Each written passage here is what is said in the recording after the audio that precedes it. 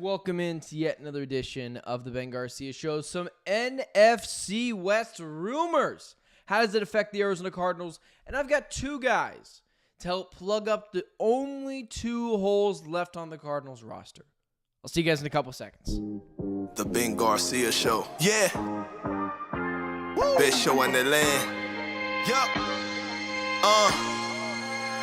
Listen. Come and get your information from Ben Garcia. Get the latest on your quarterback, running backs, and receivers. Tune in, so any other show you don't need them. Any news that he giving out, please just believe him. Giving out the latest prediction and top-notch analysis. Wanna hear the truth, better have thick skin like callus. The latest move that your team just made can be damaging. The dudes ain't speaking no facts, they just be rambling. Lights, camera, action, turn on the show. Go get the cameraman. Yeah. Lights, camera, action, turn on the show. Go get the cameraman. The Ben Garcia Show.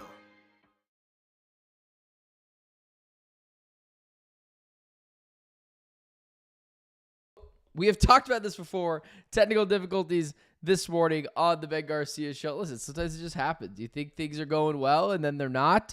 But it's all good. We have a million things to get to in this edition of the Ben Garcia Show. Thank you so much for allowing me to be a part of your day. There's a lot of things to get to in this edition. Before we get there, follow me on all social media platforms at Ben Garcia Show, as well as don't forget to like, share, subscribe, potentially, if you want to, tell a friend about the Ben Garcia Show. Let's start here. Yesterday, the rumors were starting to percolate about the Arizona Cardinals' division rival, the San Francisco 49ers. And if you're a Cardinals fan, it's not like negotiations if you're in the AFC North.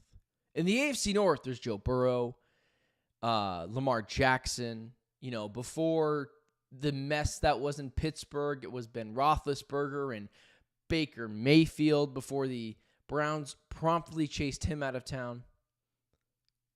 But what you're noticing here is Brock Purdy potentially resetting the market in what is a crazy deal. If you're the Arizona Cardinals, you are praying for the 49ers to pay Brock Purdy and to put him in top 10 money in terms of earning compared to all the other quarterbacks in the NFL. Because here's the difference about Brock Purdy's contract that no one wants to talk about.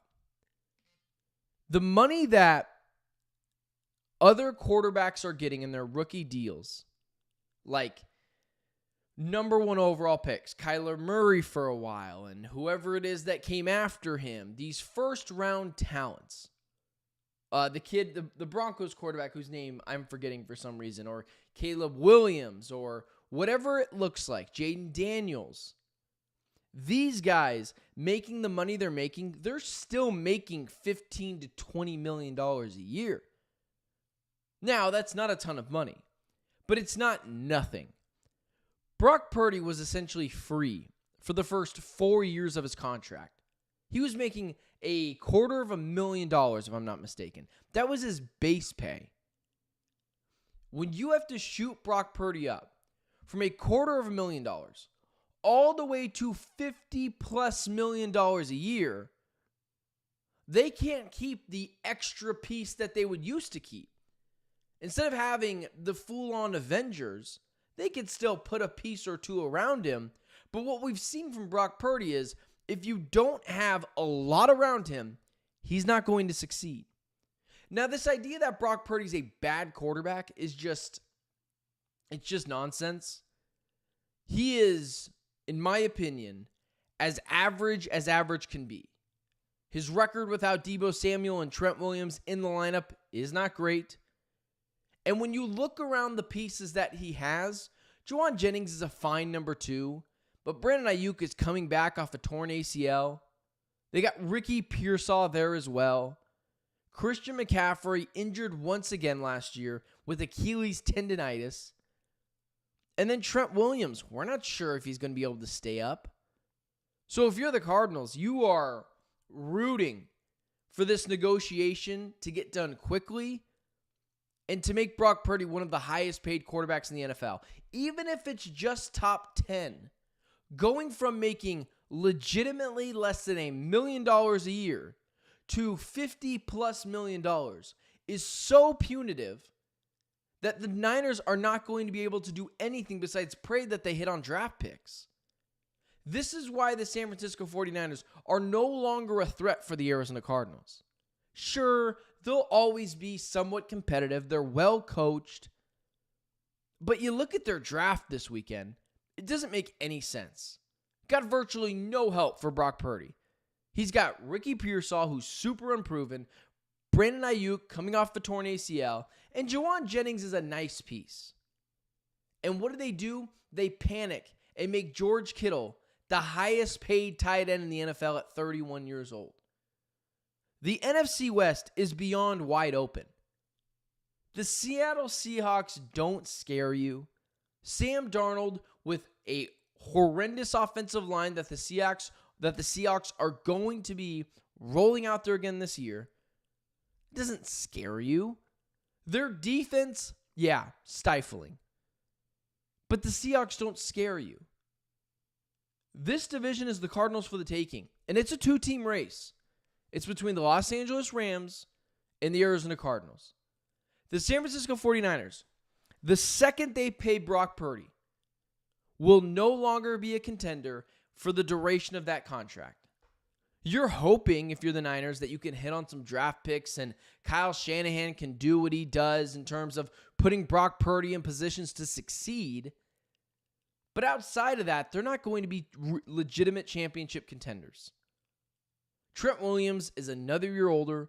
Christian McCaffrey was dealing with Achilles tendonitis. Juwan Jennings, good player. Not a 1, maybe a low-end 2. Ricky Pearsall, a rookie last year who didn't show a ton. And then Brandon Ayuk off of a torn ACL. They're in a lot of trouble. And they've backed themselves into a corner that Brock Purdy brings you relevancy, but that's all he brings you. He's not carrying you in the playoffs. We've seen him in the playoffs. Outside of a couple of big moments, he largely was ineffective. His best game was actually in the Super Bowl, and they still lost. So, if you're the Cardinals, that's what you're rooting for. You're rooting for Brock Purdy to get the bag. And then you turn your attention to the other team, the only team in the division that should send a chill down your spine. The Los Angeles Rams. And this is a team who's had the Cardinals' number over the past couple years, or had the Cardinals' number in the Sean McVay era. But if there was a year where the division was up for the taking, it really is this year. Who knows what the Rams look like next year? Who knows if the Seattle Seahawks find their quarterback next year? If you want to have a home playoff game, this is the year to win the division. And it's very attainable. It shouldn't be a mandatory task for the Cardinals, because next year, I get that, but this year, I'll cut them a little bit of slack. But this is the easier year to win it. The Rams, defensively, good, but outside of that, their offense isn't awesome. They need to go get another running back. Kyren Williams is fine, but has a fumbling problem. Devontae Adams is more name than flash at this point in his career. And Puka Nacua can't stay healthy. I really like the tight end that they got this year in the draft, but I'm not sure if that's going to be enough. So if there's a year where the Cardinals have a chance to win the NFC West, it's this year. And you look around the division, Seahawks have a quarterback issue and an offensive line problem. The Los Angeles Rams are old and a little bit brittle. Defensively, they're pretty stout. But offensively, Puka Nacua, injury concerns. Devontae Adams is older than, he's 30+ years old. Kyren Williams, fumbling problem. Offensive line is fine. But that's the number one contender. It ain't the Niners. It ain't the Seahawks. And for those of you that get frustrated by this kind of stuff, I was the one last year that said the Rams are going to win this division. 2 years ago, I said, And this clip went viral. I got Niners fans coming after me in insane numbers. But what's clear is I was right 2 years ago. I said the 49ers are starting to have a money problem. And I said this is their last year to compete 2 years ago. And Niners fans were in my mentions. Oh, you don't understand. And they were really good that year. But my take had nothing about that year. It was talking about the following year. And I was right. The Niners last year weren't great. And now that they've paid Brock Purdy, or now that they're going to pay Brock Purdy $50+ million a year, going from $250,000 all the way up to $50+ million a year, that's punitive, and they've signed their own death note. They will never be a Super Bowl contender with that kind of contract under Brock Purdy. If he really wanted to win, he would have signed a Baker Mayfield type deal. That gives you enough flexibility, and it makes you a lot of money as well. But the Cardinals, without a doubt, in this division, are the most talented and potentially the best roster top to bottom if half of their rookies just pan out in an average way. If every rookie plays like they were being drafted to be played, if each rookie plays like the round that they were selected in, the Cardinals have the best roster in the NFL. I'm sorry, the Cardinals have the best roster in the NFC West. If Kyler Murray, again, it just comes down to him, a lot of it, if he plays well enough to get this team over the hump, they're the most dangerous team in the division. But the biggest thing is they can't do this. The Cardinals got to play consistently, and that starts and that ends with the quarterback in Kyler Murray. But at this point, the most talented team and most cost-effective team in the division is the Arizona Cardinals. And you should be thrilled about that because the division is wide open. Even if you have some concerns with Kyler, the defense at times will carry you. The weapons on offense will help him. Brock Purdy at $50+ million with a torn ACL, Ayuk, with coming off a torn ACL, Brandon Ayuk as his best weapon.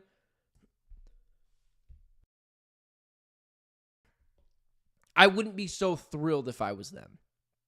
Same with the Los Angeles Rams. Older and brittle. And as Michael says in the chat, no more excuses for K1 and Drew Petzing. Ain't that the damn truth? Let's look around the Cardinals roster now. If we're looking at this Cardinals roster, and I would love for people in the chat to fill in with this as well. What do you think is the Cardinals' number one concern on defense? Or forget just defense. Give me the Cardinals' top two concerns, not named Kyler Murray. Whether it's in the comment section, whether you're watching this live and you're in the live stream. Because if you're asking me what the Cardinals' number one and probably number two issues are with this roster, I just got done saying a second ago, the Cardinals have the best roster in the NFC West and one of the best rosters in the NFL if each rookie plays like the round that they were selected in. And Will Johnson overperforms. But if I look at this Cardinals team, there's two positions of need, and one of them is fixed fairly easily. First one is linebacker, interior linebacker. Kaiser White probably needs a call from the Cardinals. Maybe he's still waiting on more money, but I know he's got a really good relationship with Nick Rawlis, good relationship with Jonathan Gannon. He was a leader on this team, and for a team that wants to play violently, Kaiser White makes a lot of sense.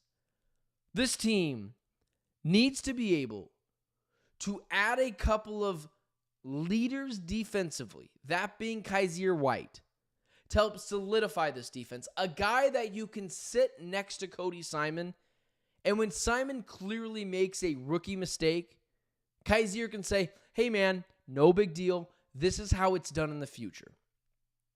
And I didn't mind the Cardinals letting go of Kaiser White at first.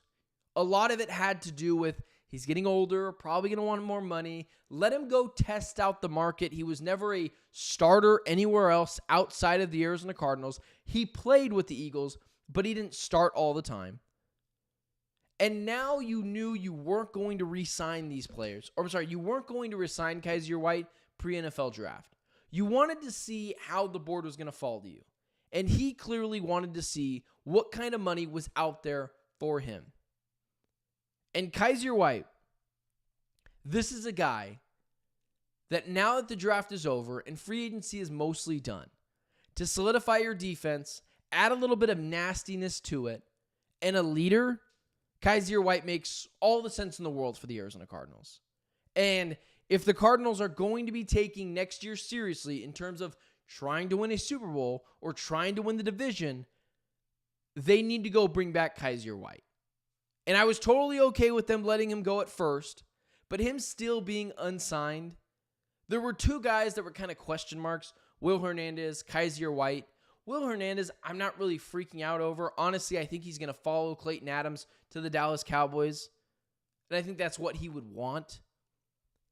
But now that there is a hole in the interior linebacker position, Kaiser White could fit that role perfectly. He knows the system. I would like the Cardinals to do that.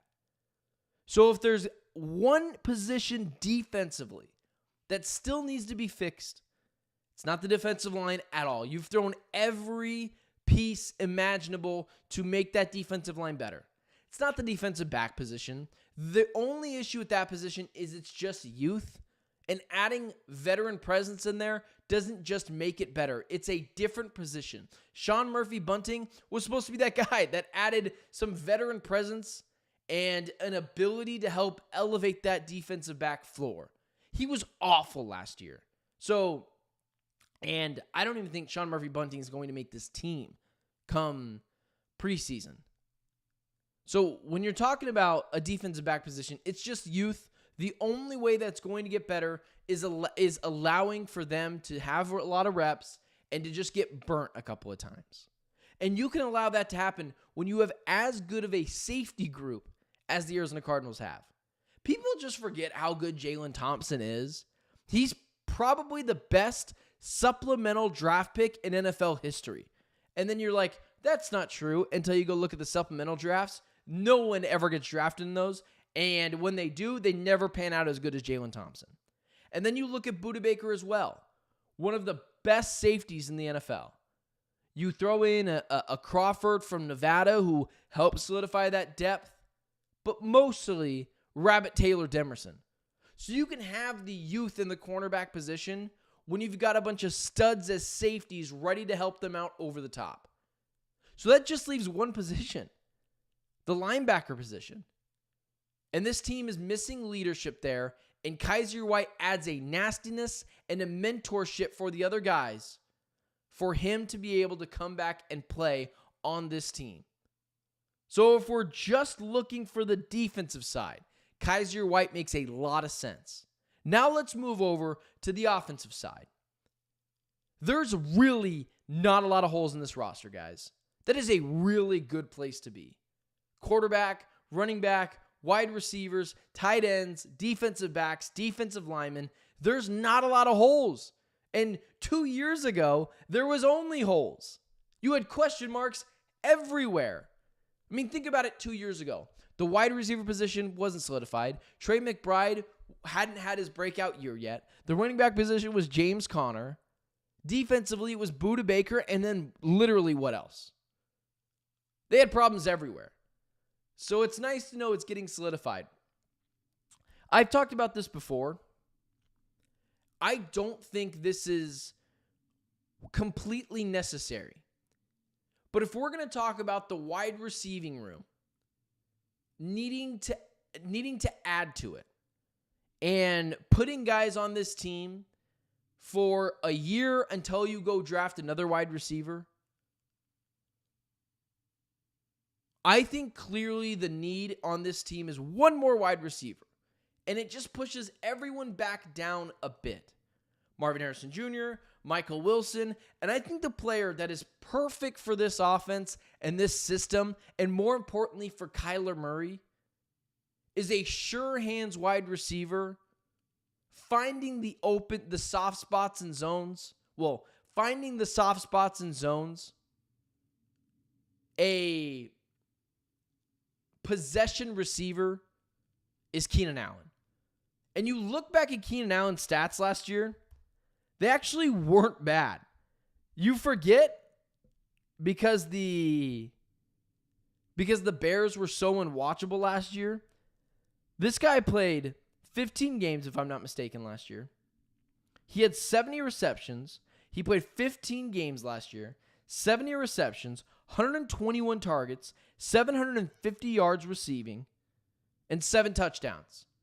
That's exactly what you're looking for in a number 2 or number 3 wide receiver. If you're looking to take some of that load off of Michael Wilson, who you're still not 1,000% sure, or you want to stick Marvin Harrison Jr. in the slot a little bit more, you can split Keenan Allen out wide along with Michael Wilson and go, 3 wide receivers, 1 tight end.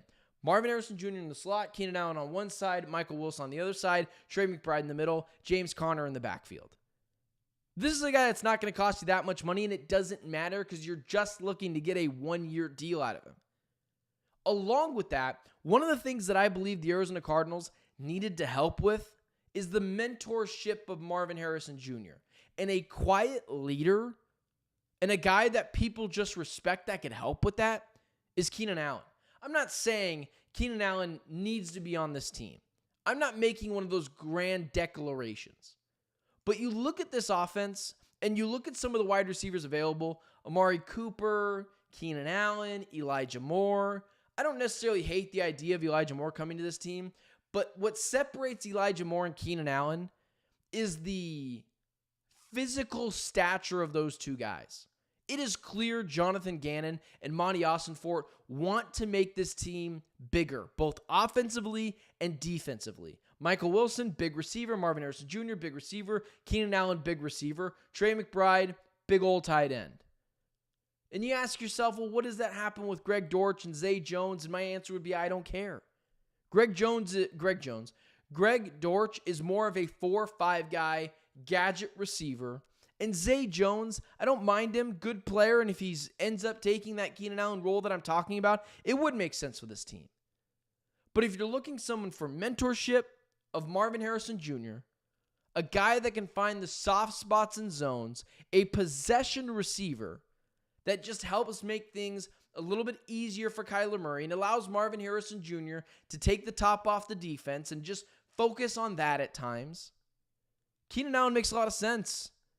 I believe on a 1-year deal, that guy can help transform this offense for just 1 season. And if he gets injured, not a big deal. I know this is a guy that's had injury history in the past. It's not a big deal. If he's injured, it's not moving a point in Vegas. He's just there to help supplement and raise the ceiling of this wide receiving core. And so for that reason, I think he makes a lot of sense. Elijah Moore, guys like that, players I don't dislike at all. I just think Keenan Allen adds another level of character and mentorship and locker room presence that you just need to your team. And that's where I would land on that. So if we're eyeballing the Cardinals' biggest 2 needs on this team, it's 1 on the interior linebacker position in Kaiser White, and it's 2 at the 3-2 spot of the wide receiver position. And with Keenan Allen being available and his locker room presence and leadership, that's a guy that makes a whole heck of a lot of sense for the Arizona Cardinals. And I just think he would help with Kyler Murray over the middle, finding the soft spots. This is a guy that This is a guy that has seen everything in the NFL. And he makes a ton of sense. So the Arizona Cardinals, 2 needs. Linebacker, bring back Kaiser White. 2, outside wide receiver position, bring in Keenan Allen to be opposite Michael Wilson while you move around Maserati Marvin Harrison from the slot, on the outside, everywhere. Because he needs to be a chess piece. And in terms of helping out his development, Keenan Allen makes a lot of sense. So that's where I would go if we're talking about the Arizona Cardinals' two biggest needs. But what's so great about this is neither of these guys are like, if you don't get them, your season's going to crumble. And that's where we're at for a really long time. These are positions to help add to the ceiling of this team. But if both of them get injured or neither of them end up coming to the Cardinals, it's okay. The Cardinals will be just fine. But if we're looking at needs, and for those out there, we're frustrated by the Arizona Cardinals not addressing the wide receiver position in the draft, which tells me to believe that they just believe in their wide receiver position, this is what you would do. Go look at the free agency market. There's a couple of guys on there. Amari Cooper, who I don't think makes a lot of sense.